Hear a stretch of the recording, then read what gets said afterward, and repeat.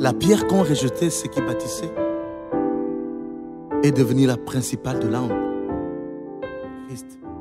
Ja, wir freuen uns, nach Zürich zu kommen. Da treffen sich die Mamas, aber die Papas sind auch eingeladen. Ich habe in der Schweiz studiert und das ist wirklich schön da mit dem Zürichsee und da wollen wir Gott loben und preisen. Und Mama Deborah wird uns eine Ermutigung geben von Gott. Bandeko nyonso a Zurich nazali vraiment ko inviter bino nyonso soko za na problème quelconque yaka jour wana ke komona loboko ya Nzambe ezali ke jour ke gloire ya Nzambe mutekuta boko mona loboko ya Nzambe ke Nzambe ko sala miracle ya mi ba mama ya Zurich parce que nombote na kombo na Yesu biso ba mama ya Zurich biso ba mama ya femme lève-toi sois éclairée tout ça na mabongisi minene na kati na mboka ya Zurich yango toza koloba na bino ba mama bo telema na biso telema mokolo wana oyo convention ba mama ezali mokolo ya monene oyo azana ba problème mama na Zurich oyo azana problème azana malade azana komitungisama aya mokolo wana akomona puissance ya loboko na Nzambe mokolo wana mokolo bikamwa ba miracle eza kosalama na ba femme lève-toi sois éclairée na ba papa lève-toi sois éclairé maman moko na Zurich papa mo na Zurich kozanga ozali invité pour te perisa moto pour te kombo na Yesu ekumisama na pesi no so mbote to kuta na mokolo wana na kombo na Yesu amen amen. Balingami katina nkolo bien-aimés dans le Seigneur, nous vous saluons alléluia au nom puissant de Jésus. Beaucoup de shalom shalom penza ebele na katina mabota bisika wapi tokutami soke zali na tongo soke zali na pokwa esika wapi boyambi biso na ba poste téléviseur na bino topé na ba internet na bino Nzambe akende kopambola bino. Que le Seigneur Dieu de gloire puisse encore vous bénir. Alléluia. Si nous sommes là, c'est pour vous apporter quelque chose qui va encore fortifier un cœur. Ce qui tozomi wana liboso na bino ezali lisusu pona ko memela yo message moko oyo ko fortifier lisusu motema na yo Nzambe yeba na kopambola yo pasteur azape na liloba koloba pe to ko bonde ya lisusu pona tina ya ko banda ma oyo ezali programme na biso ya pokwa lelo. Gloire à Dieu. Oui, ndenge mama uto koloba Nzambe apambola yo muto zwa liboso ya poste téléviseur no pona kolanda biso na message yo tulingo pesa na mokolo ya lelo. Nzambe apambola yo na disponibilité à temps tiki pote yo ko landa biso maloba oyo maloba Nzambe pambolaka maloba Nzambe bongisaka maloba Nzambe esala ke moto vina yeke ni liboso wana bandeko na ngai ndenge to koloba ke tozana mwa maloba ya kitoko ko yebisa yo oyo ekosala ke ko sunga yo maloba wana ekomema guérison kati na yo maloba wana ekomema délivrance kati na yo maloba wana ekomema la joie la paix kati na yo na yebi ke na mokwalelo yo ko sungama pona maloba ekoloba makati na awa yango landa biso malamu na o nyoso lingo sala comme exhortation na tango nesika otozali tokotanga na livre ya Psaume 34 verset 19 à 20 wana mama ko tangela biso ngo na lombango totangi na kombo na Yesu. Psaume 34 le verset 19 à 20. L'Éternel est près de ceux qui ont le cœur brisé. Alléluia. Et il sauve ceux qui ont l'esprit dans l'abattement. Le malheur atteint souvent le juste, mais l'Éternel en délivre toujours. Wana totangi na kombo na Yesu. L'Éternel est près de ceux qui ont le cœur brisé. Alléluia. Il sauve, ceux qui ont l'esprit dans l'abattement. Le malheur atteint souvent le juste, mais l'Éternel en délivre toujours. Alléluia, gloire au Seigneur. Ouais, là c'était la parole de Dieu. Parole de Dieu, oyo sunga biso, oyo ko me biso pe une exhortation à lelo. Wana Bible ezotal sa biso boye balobi. Beaucoup de malheur atteint le juste, mais l'Éternel l'en délivre toujours. Surtout tali na maloba o ndeng mama awusu kotanga to moni ke malheur ezali ko atteindre toujours ba juste mais Nzambe na mape na bolingone azali ko sunga toujours. Nous aimerions bien pouvoir échapper aux épreuves, c'est-à-dire ba épreuve na azali ko loba ezali ba douleur, ba chagrin, deuil, échec et même ba frustration quotidienne oyo ezali ko kuta na kati na biso ezali ko déranger biso même moralement. Yango ezali ko sala ke to ko kozala l'équilibre te yango ezali kosala ke to ko kotelema pena nde tokoki kotelema te ntango mosusu mama akobakisa likambo. Ndenge papa uti koloba eza penza ndenge wana. Le malheur atteint souvent le juste, mais l'Éternel en délivre toujours. Molingami ata pasi eye kokanga yo. Komi tungisa tolo biete ngai mwana nzambe pona nini kaka ngai. Pona nini pasi yango eye kokanga ngai. Pona nini elati kaka ngai. Pona nini ezali kolanda ngai. Oh, quelque part, le car na psaume A, beaucoup de malheurs viennent du méchant, de la part du méchant. Donc le méchant da yaka, koya ko tia ba sort, koya ko jeter peut-être ba mauvais sort, mais yeba kango tozana nzambe oya victoire. Toye ko lobela nzambe oya victoire. Toye ko lobela nzambe oya bikamwa. Toye ko lobela nzambe oya longola ka mutu na pasi. Alongoli yo na mawa, alatisi yo bilamba ya esengo. Alongoli yo longi ya kolela, alatisi yo longi ya koseka. Alongoli yo na pasi, aye ko pesa yo bisengo. Alléluia. Pesa ye confiance. Toye ko lamusa mayele ya mutu moko ete sala confiance na nzambe wana. Ata moni pasi ezali ko sala soki ndenge nini, me nzambe wana akotika yo ta ko ya ko bimisa yo. Kati nesika yo zwami. Molinga mitika na biso loko moko. Même si condamnation moko ezali ko kanga yo. Alléluia. Makomi elobi na biso na Colossiens 2. Hein, verset 14. Il a effacé l'acte dont les ordonnances nous condamnaient. Tant que nous sommes condamnés, tant que nous sommes condamnés, tant que nous sommes famille, tant que nous sommes tradition, tant que nous sommes coutume, nous sommes condamnés. Mais si nous sommes alléluia, pas si wana, oh, et ça nous avons une minute, une seconde pour qu'on l'ongolango. Alléluia. Marc 5, papa. Tout le monde est bon à Gadara. Condamné katikati na sépulcre. Condamné. Alléluia. Pas cesser l'attaquer. Tu habites Mboula Boni, Bible etangeli bisote. Mais Bible bisoka ka vanda ki na cimetière. Wana taba kangiye ba singa balobi muta kwa iko dompter azala kité. Cela veut dire muta bane ko kokaya azala kité. Soki ba kangiye ba chaîne akati. Soki ba kangiye ba fer akati. Babi azali ko ganga na cimetière, azali ko ganga na montagne, amikata ka ba pota na mabanga. Oh, molinga mi, tant mususu be pasi na yo, ezakutu koleka, ya liboma ya Gadara. Mais zaika mukolo moko un jour. Ah, molinga mi siko vandi répéter nanga un jour. Un jour. Eza na kaka un jour. Un jour. Un jour kaka change ki lisolo ya papa oyo. Malheur kanga makiye. Pas si moko bo elata kiye. Mais mokolo akutana kina l'homme de Galilée. Alléluia. Wana bakuta ngala ete. Soko kutani na molinga milika muno ye bongwani. Soko kutani na Yesu situation no changer. Soko kutani na Yesu. Alléluia. Comme no moto na koseka. Soko kutani na Yesu. Alléluia. Oh, mawa elongwe. Liboma oya pousanaki. Nasuka na nuona. Allô Zurich. Nous venons vraiment vous rencontrer avec le Seigneur. Vraiment pour la grande convention qui aura lieu le mois de mai à Zurich. Vraiment, nous venons avec la paix, avec le bouleversement, avec vraiment les miracles. Vraiment. Soyez vraiment dans la joie pour nous accueillir. Parce que nous, on a Jésus-Christ, celui qui change, celui qui donne la vue à ceux qui n'ont pas de lait, ceux qui sont aveugles, celui qui donne, qui fait marcher ceux qui sont paralytiques. Allô Zurich, attendez-vous à nous, on vient avec la gloire du Seigneur. Amen. Que le Seigneur vous bénisse. Amen. Maman Albi, liboma wana, liboma elongwaki.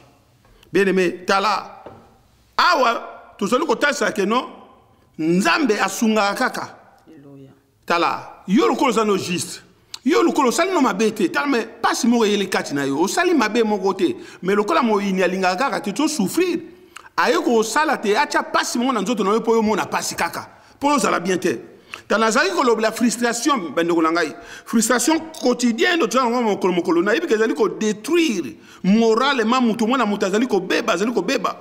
Mona moto motamo lokola ke batikiye. Motamo lokola ke mokilezo se planer soute tellement pas si mo initiateur na poussi pembe na ye sali ke amo na lokola ke a commis refoulé.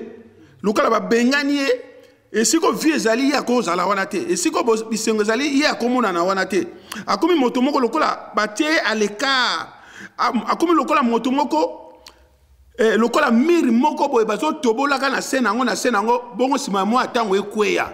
Ça dit motozo ko tambula na nzela mais comme lokola motomoko neti tina mokileza souté. Lokola ke comme moi etikele moi mikolo ya kotanga po bunga na yo. C'est-à-dire que pour ça mokile komi ko sila. Mais ngala zo ebisa yo ke ezala nzambe moko o nzamba solo o to yo ko présenter na poka lelo soki yo kangami na ye a ko changer vie na yo soki yo kangami na ye vie na yo ko changer soki yo pousse pembe na ye tala ko sali kama munene pona tina na yo mama uti ko pesa ndakisat fu wana vina échanger aki bible lobi a zongelaki ba vrai sens na ye frustration ni ne vandikati na yo ezo sala ke zali ko creuser yo penda ezali ko sala pena ke yo kalato kweya na yo kalato bunga ta ndeko ngai nazama maloba minga koloba nazo sina maloba mama continue nano nimsu bakuna mbila batatu bakuzireka bwani kanu pangi jitoji tukwaji jitukudine na mama Deborah Djoul tangi la tete tuba batatu ba mo Allemagne tuba jour tete bo kunyima kwa mama Deborah bono tuba mo levi nzambe nzambe binen nzambe duenza malo amanena kanu shaji hambo bito jitukwaji longo lai bwani kala koko kanu shaji mu distraction to enza makoza mo su kala ko jitukwaji. Nous venons à Zurich, mais pour la gloire du Seigneur, nous serons accompagnés avec notre Jésus-Christ, le Tout-Puissant. Attendez-nous, nous allons venir. Dieu va faire de grandes choses. Il va opérer de miracles. Il est Dieu, il agit, il est Dieu, il est puissant. Vous allez voir sa puissance. Venez nombreux. Gloire au Seigneur, Kembona Yahweh, to bandeli susutoye ko lamusa mutumoko, oyo passe c'est latio, oyo désespoir et simbi motema, alléluia, ozali ko yebate soko sala nini. Kaka ndenge totangi awa, l'Éternel est près de ceux qui ont le cœur brisé. Alléluia. Motema na yo eza ko bukana. Alléluia. Et il sauve ceux qui ont l'esprit dans l'abattement. Le malheur atteint souvent le juste, mais l'Éternel l'en délivre toujours. Kola kiti pona ko délivrer mutumoko, pona ko kangola motomoko, oyo pasi elati yo. Alléluia. Molinga mi pasi na yo ezana degré nini, ezana dimension nini. Fuya gadara, tango pusana ki Yesu alobi, Yesu azali ko pusana. Tango Yesu pusana ki pene na mboka wana. Malobi abandi ko kita vers Jésus. Amen. Azali ko kita vers le Seigneur. Malamoko ba demo ba komi ko ganga. Qu'a-t-il entre toi et moi, Jésus fils de David? Es-tu venu me troubler? Alléluia. Oh, es-tu venu nous troubler, pardon? Azalaki mutumoko mazoloba. Yo ko troubler biso. Mutumoko mais entre ta plusieurs, papa. Amen. Azoloba ye moko mais es-tu venu nous troubler? Balobi na biso, yeso tunie. Yo nan. Alors, bien, légion. Toute une légion dans notre naïe. C'est-à-dire, on peut être possédé par des démons. On peut être possédé, papa. Par des démons, il y a des latio. Papa, on a qui démoniaque. Parce que les démons, qui katinaï. Amen. Donc, il était un démoniaque. Alléluia. Légion, toute une légion. Molingami, quand on parle de légion, alléluia, dans la Bible, alléluia, et l'ikoloba, et zalina multitude. Soit il y a des anges, soit il y a des démons, soit il y a des bateaux. Donc, une affaire de 3000 à 6000 démons. Landanga susu 3000 à 6000 démons ba vanda ki katikati na tata oyo nde ngweza iko sala ta bakangi ba chaîne force wana ba ya ba 6000 3000 paf et kati ba chaîne nanya ko poussa na pene muntu awazana ba légion alléluia molinga mi tikanga na yebiso ya tozana ba légion moko ta ko telema liboso na Yesu parce que liboso na Yesu ba ngumba maki liboso na Yesu ba zwa ki vertige liboso na Yesu ba koma ki etindi kapso soki ata wapi o bimisa biso tika biso ata tokene ko kota soki ata wapi bala ki précipiter na bangulu pe ba kota ki mbangu na mai na lingaka verset moko na Isaïe 59 le verset 19 bazol bana biso même si l'ennemi se présente comme un fleuve molinga mi. Alléluia. Mais l'Esprit de Dieu, l'Esprit de l'Éternel le mettra en fuite. Molinga mi yoko sana ko banga te o yazo ya ko sala lokola lulu ayela o lokola ebale to monika somo ebaleti mais Yesu wana na nzela molio mo santu bibi elobi akopakatisa bango mbangu bakokima mbangu liboso na yo tika na okolela tozana nzambe ya nguya tika na okolela tozana nzambe ya oya longola kapangusa kapinzoli tika na okolela tozana nzambe oya linga kabiso le Dieu d'amour alléluia le Dieu de compassion papa papa tangu Yesu akangolie Bible lobi na biso na verset 15 na Marc alléluia 5 le verset 15 azongi na bon sens na et tangu azongi na bon sens alinga landa Yesu alobi te kolanda ngai te mwana ngai kende komila kisai pa ya ba oya yo témoigner bandi makenzamba sala témoignage yebisa bango lolenge ni na yokeli yo mawa comment est-ce que le Seigneur a eu pitié de toi oh bien aimé le Seigneur a eu pitié de quelqu'un alléluia.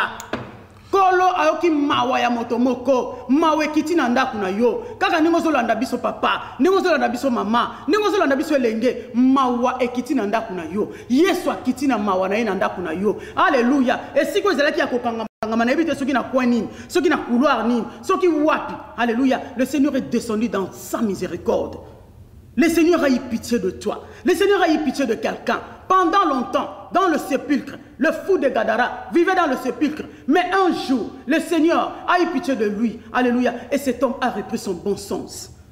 Nzamba linga zongi sa bon sens ya mutu. Amen, amen. Nzamba linga zongi sa forme na yo ya kala. Nzamba linga zongi c'est la yo, alléluia. Le Dieu qui répare. Le Seigneur veut réparer quelque chose dans ta vie. Alléluia.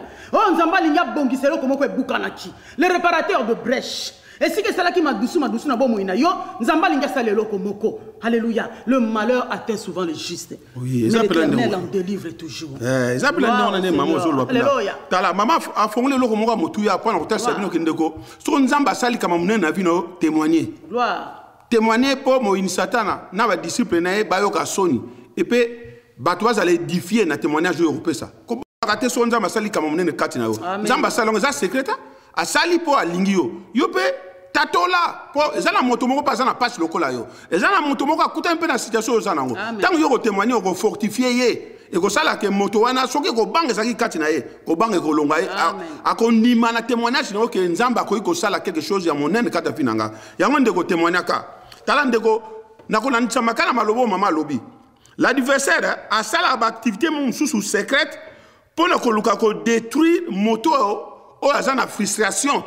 Tala moto yo o amoni déjà que ngai vie ezali soute moto amoni que ngai na komi déjà ko dinda moto amoni que ngai dans un droit sur la vite moto amoni que ngai se ba refouler ngai na vie oyo neti na su na tinate tala tango wana nde monisate na profitaka koti kati na yo a koti yo la distraction a koti yo le découragement a koti yo la peur pour aluka kaka finir yo soki siko yo ko bimana ba tactique na ye wana te et que ça la que suka o kaka o ndeko to zalaki na zalaka lisusu te aluki na moye wana po aluka yo bunga mais to zali ko yebisa yo ndeko nanga zo kolanda biso ke nzambo oyo to zali ko lobela yo na tango oyo zali ko landa biso suko zali asalaka. Alléluia. Azana capacité à kolongola yo esiko ozali.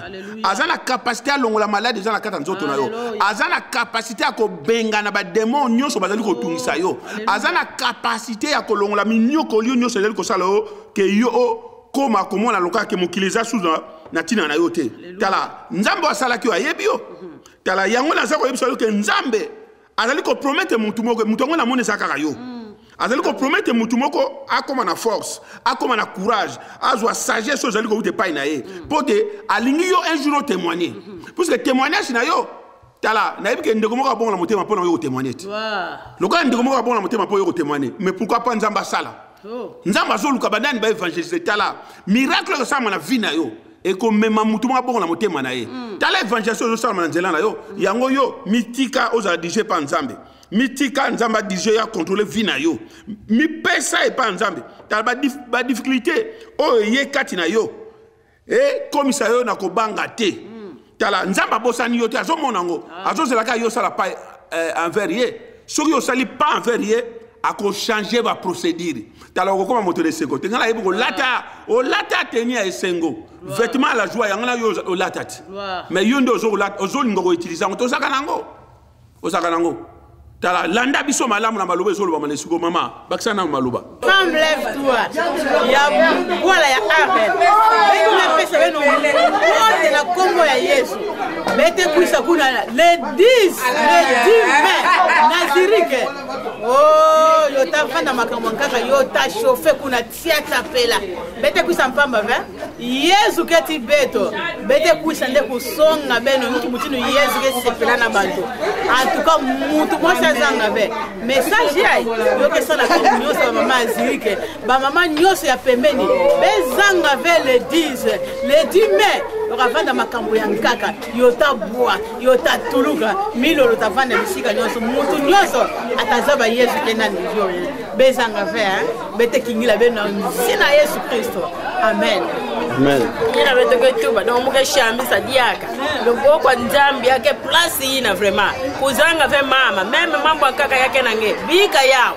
tula yawa kote puisque loboko nzambi ngeke mona yao kana ngeke za ngeke rater donc beto ke tuba dia mama nkaka beto ke shambi sa donc beto ke tuba ke ngeke mona loboko nzambi ngeke mona munene nzambe mambo yose tu ina ngeke yavu andaka nange yake changer a qu'à changer parce que bête quoi bête me changer bête que les femmes lèvent toi éclairer donc bête que éclairer que tout le temps karange tele mananza ngeke éclairer na famille nge na libota nge ko banga ve parce que ngeke mwana nzambe ngeke mwana loboko nzambe ko kila dia ka bankaka ba ke pembeni même mani sa moment ba kutu ba dia ikele ve parce que bête que tout ba kaka merci parce que bête que mona gloire à Dieu ngedi aka ngeke mona kuzimba na ve merci amen mama bozanga te bokwane ko zala moto nzamba mama Deborah ko sala bozanga te ezaba o baza malade ba ya ba mama bozo bolembu te tozwa na zire ki yango photo yango toza ko ya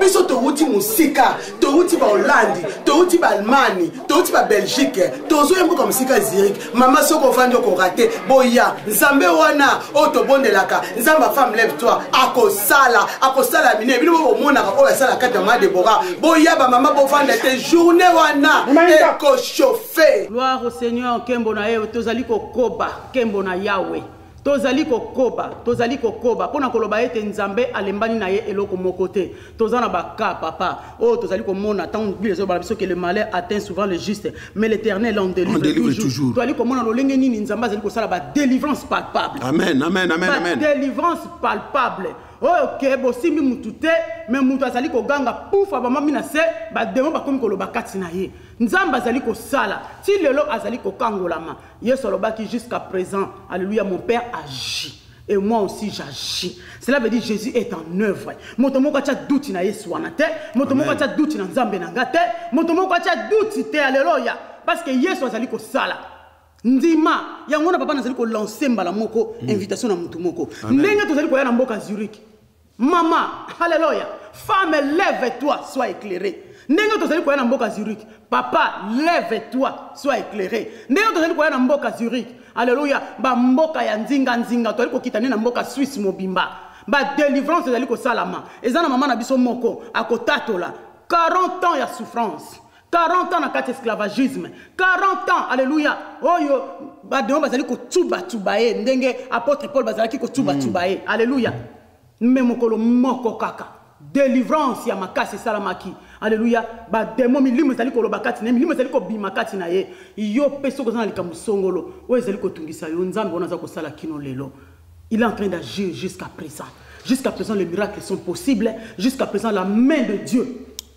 agit encore. Azaka kanzambe na tangu na Abraham te. Oui na tangu na Abraham salaka.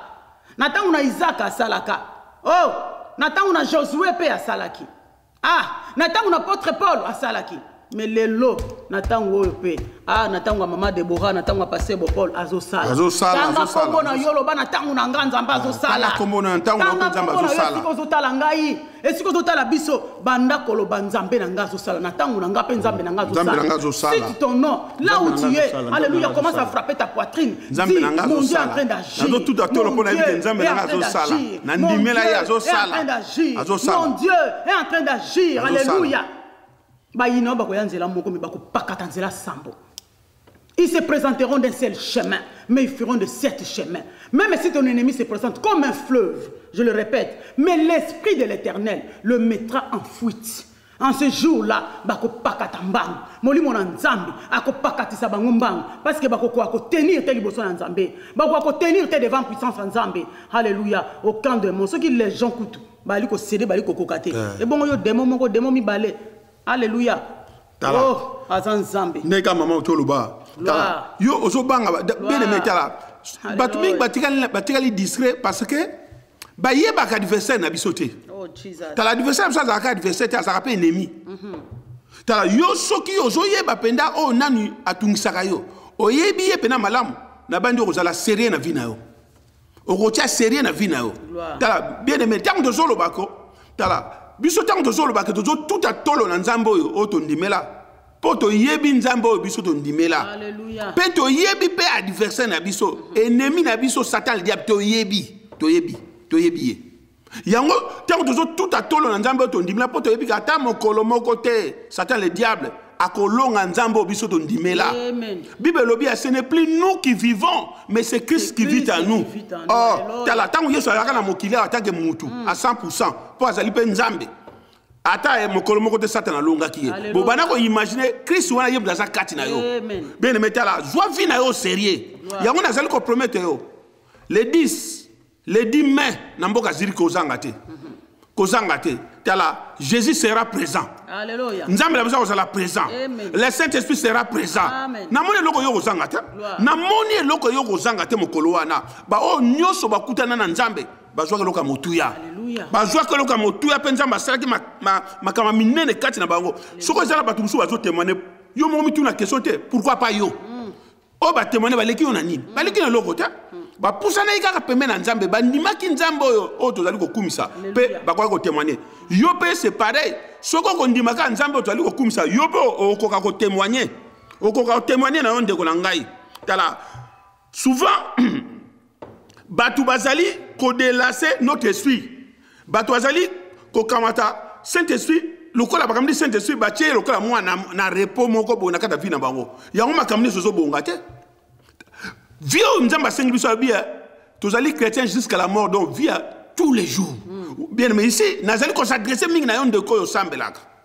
Tala, tant que nous sommes camouflés pour se pembe na yo, pour yo Saint-Esprit, au sein le corps pesa et moi repos mon boy. To comment même na ba prière, tant que nous sommes de délestage. Le lo bonde, le lo bonde la note, le lo ozana makamanza, le lo ozana na yote. Bible lobi prier sans cesse. Amen. Vina biso za via prière yango l'adversaire azo sakana na biso menga nazo yebisa yo tala makambo zo tout sa vie na yo nazo répéter kaka tala l'Éternel Bible yebisa biso bien bien le malheur atteint le juste mais yé azo kangola kaka amen azo ko kangola kaka azo ko kangola quelle que soit la situation attaque to pengwa ki na yo tala ya azo senga azo zonga papa tazo c'est la ka mwana zonga soko zongi tala soka même soka moni na musika ya ko kende vers yo tala le fils prodigue tanga za ko zonga Bible lobi papa ke vers ye papa zo la kaka yo zonga papa zo la yo zonga po papa zo se platine na fio za nango yo mo bozo mona te siko zali place kende vi pe simba nango te ozo bonga pete makamezo tambula te comme le fils prodigue le fils prodigue mo alobaki habité na ko zonga pa papa na ngai tanga zonga gazoya c'est alors papa pe akeko rejoindre na nzela ta papa zo la yo zonga ndeko nga zonga paso za kati na elongwa zonga malade za kati na elongwa zonga situation mabe zo liko traverser elongwa kati na yo nzamba linga mona yo pena na tenir ya fête nzamba linga mona pena lati vêtement ya joie vêtement ya sengo ndeko na ngai jusqu'à quand la cendre poussière moya ba cadavre ekozaka kati na yo okumi lokola la cendre poussière bibembe. Mais pourtant, il faut un diadème. Il faut la et motuya, mais talandengo zali. Eh maman. Gloire au Seigneur, Kembo na Yahweh.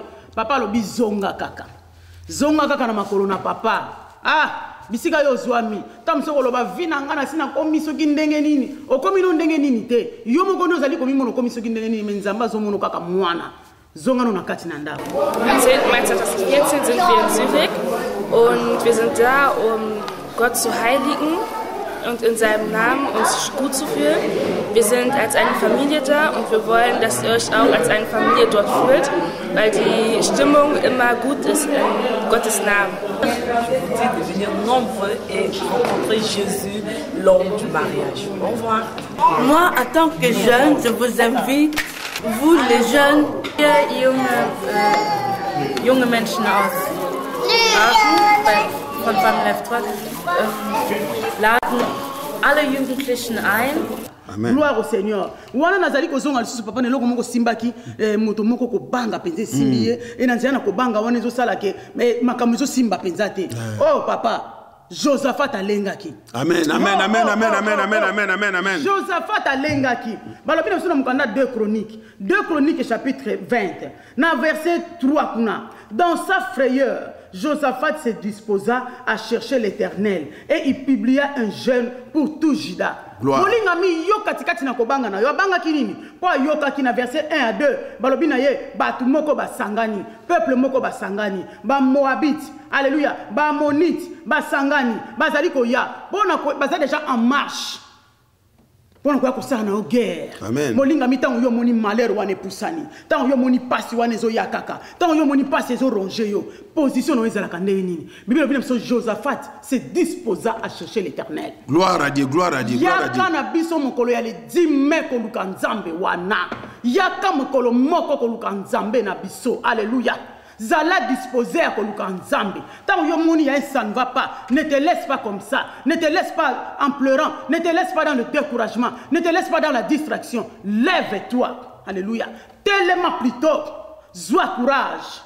Josaphat Alobakinini. Le lendemain, alléluia. Oh, il s'est mis, dans verset 20, il s'est mis en marche de grand matin pour le désert de Tekoa, pardon. À leur départ, Josaphat se présenta et dit: écoutez-moi, Juda et habitants de Jérusalem, confiez-vous en l'Éternel, votre Dieu, et vous verrez, alléluia, et vous verrez, il vous ferait, alléluia, affermi, et vous serez affermis. Confiez-vous en ces prophètes, et vous réussirez. Oh!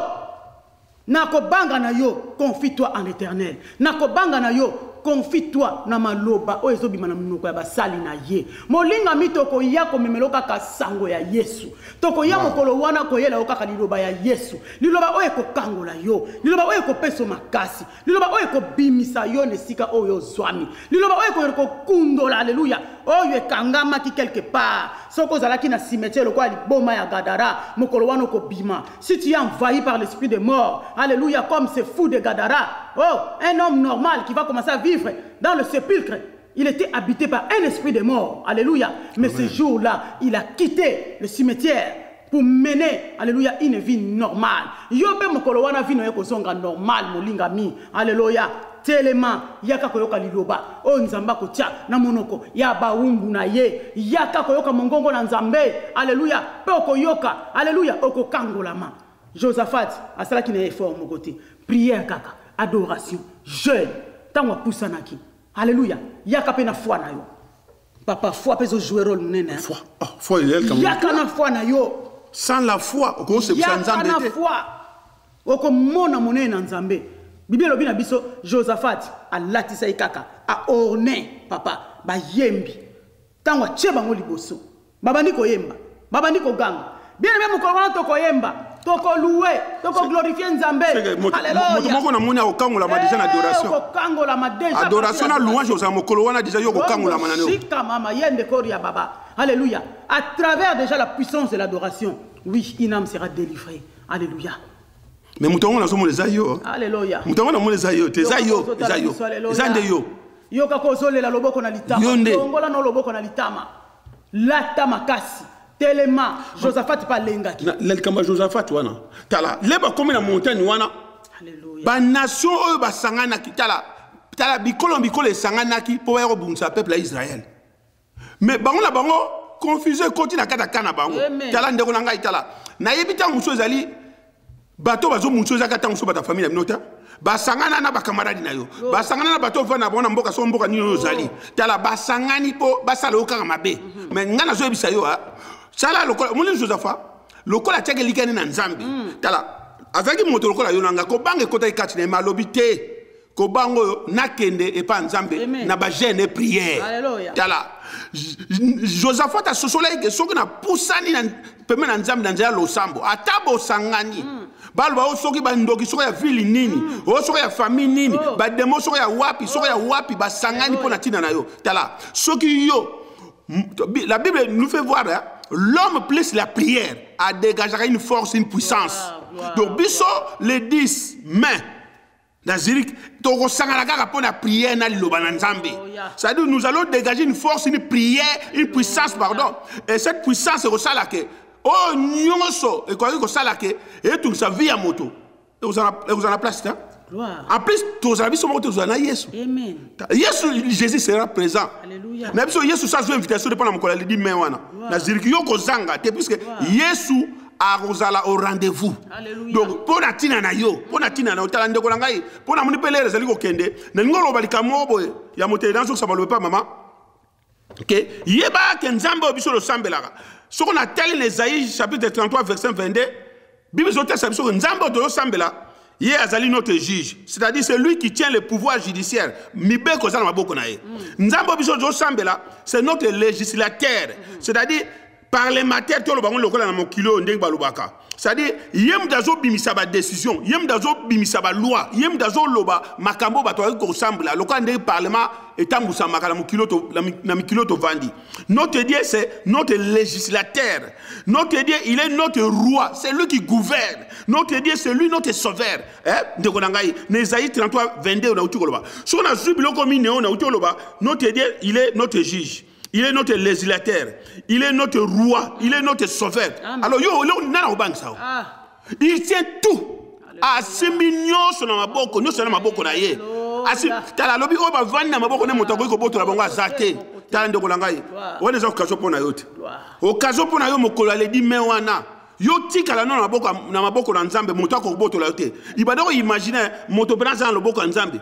Bongo ba demo ba yo joindre le boko nzambe nzambe to tala ba demo ba yo joindre le boko nzambe ndeko yo ndemo ndiko vona le boko nzambe ta soko vanda le boko nzambe nana ko zayabi moto moko te tala occasion pona yo yangwana occasion pona yo yangwana ko banga distraction za kati na yo découragement za kati na yo ekolongwa puisque tozala nzamba solo nzambo to ko kumisa yo nanga mkolwa nzamba solo nzamba zo changer ba vie ya bato tala eta ozana ngo wana ozomona loka ke vie ko bonga lusute nzambe akozongisa vie na yo nzambe akosala ke vie na ye bonga nzambe akosala ke yo olongola ba problème nyoso oyo zali ba problème nyoso mabezo tungisa yo elongwa kati na yo yo tambusama na lolengo nzambe azolinga po opesaka komba nzambe sengona mokilo na nzela no batu so batali balubi nzambe asalaka makamu nzambe asala ndeko ngali fona sambela alors pour ça nzambe zali yo zala nzambe pour ça nzambe zali yo ya